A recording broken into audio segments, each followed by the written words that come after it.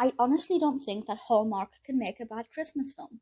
Well, actually, that's not true. There are a couple of weak links. But generally speaking, their Christmas films are fabulous and great guilty pleasure for me any time of the year. And the latest one that I've seen, Check Into Christmas, certainly is no exception to that. This one was released initially in 2019, directed by Sam Irvin, written by Anna White, and stars Rachel Boston. I've seen her in not a massive amount of Hallmark films. I've seen her in Ghost of Girlfriend Past and a couple of other films as well. Really enjoy her acting style, so I knew that this would be something that would certainly appeal to me from at least the casting aspect. The narrative itself, though, I also love. There's one thing about the narrative that I think was underplayed, and I will discuss that without giving spoilers. But for the most part, really enjoyable, very festive. Lots of beautiful Christmas decorations, and the soundtrack, the Christmas music, pretty perfect, I will be honest. I loved the music. So this focuses on Julia, played by Rachel Boston, who is up for promotion at work, but after we find that out, she goes home for the holidays, for the centenary of this village where she grew up. And it turns out that her family, the Crawley family, are actually rivals with the Mason family. Both of them own and run very established inns. And obviously there's some rivalry there. It's not bitter rivalry, there is some friendliness to it, but they're not best friends, put it that way. While she's back home, she bumps into Ryan Mason, the son, of course, of the rival innkeepers. And that's where Hallmark's classic will they, won't they enters the mix. While that romantic aspect is obviously quite important, for me, the main thing here was wondering, I'm sorry if you heard that car horn outside, was wondering what would happen to the families, and would they be feuding by the end of it? Would both of their inns survive? Would one of them come off better than the other?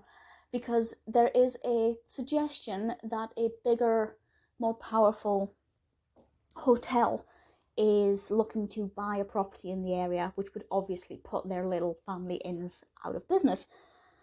And it's a threat to both families, and finally they have something in common, something that could be a problem for both of them. But whether or not they will resolve their differences, or if there will be issues right until the end, I'm obviously not going to divulge that. But I really liked it.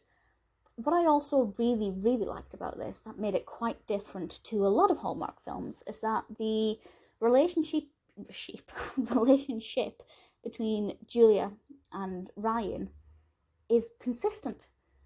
Typically with a Hallmark Christmas film, or even just a Hallmark film in general, boy meets girl, girl meets boy, and they have a positive start, but then something happens to put a spanner in the works, and then one of them goes, no, I can't do this, I don't want to be in a relationship with you.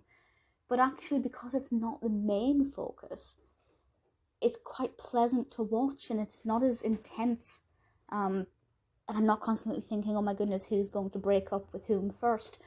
It doesn't have that same feel to it, and I really like that. It's like they're giving, they can't not have that in a Hallmark Christmas film. It just wouldn't make sense to not include that romantic aspect, but they're allowing it to take a back seat, and at the same time it's also a driving force, or at least those two characters are driving forces for the narratives and for the families, and that's something that I really like. It's a beautiful, warm, fuzzy film that's got some great messages in it that I think will appeal to pretty much everybody. The only thing that I didn't enjoy, or I thought they could have done better, was her hunger for her promotion. Because as I said at the beginning, it starts with Julia and a colleague discussing the fact that one of them might be getting made partner, for the new year. And then Julia goes home for the holidays, but she's not, she never really mentions it after that. She's not constantly checking her phone for updates. She's not biting her nails wondering where the news is. So I feel like it was underplayed a lot. It kind of felt like it wasn't developed enough to actually be in there. It felt like they were trying to add some filler to make it more meaningful, or to give her actions a bit more emotion. There are certain things that she says or does that are very much affected by that decision, or her position back at work. But it's not done enough. It's kind of like, well, we'll mention it in the beginning, we'll mention it at one point, maybe another point later on, but then you can forget about it.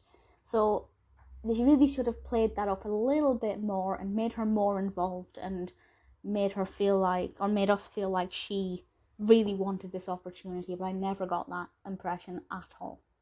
So I never felt like, her father was constantly asking her to come home more often, and I never got the impression that she was married to her job and that it was really something she was that bothered about.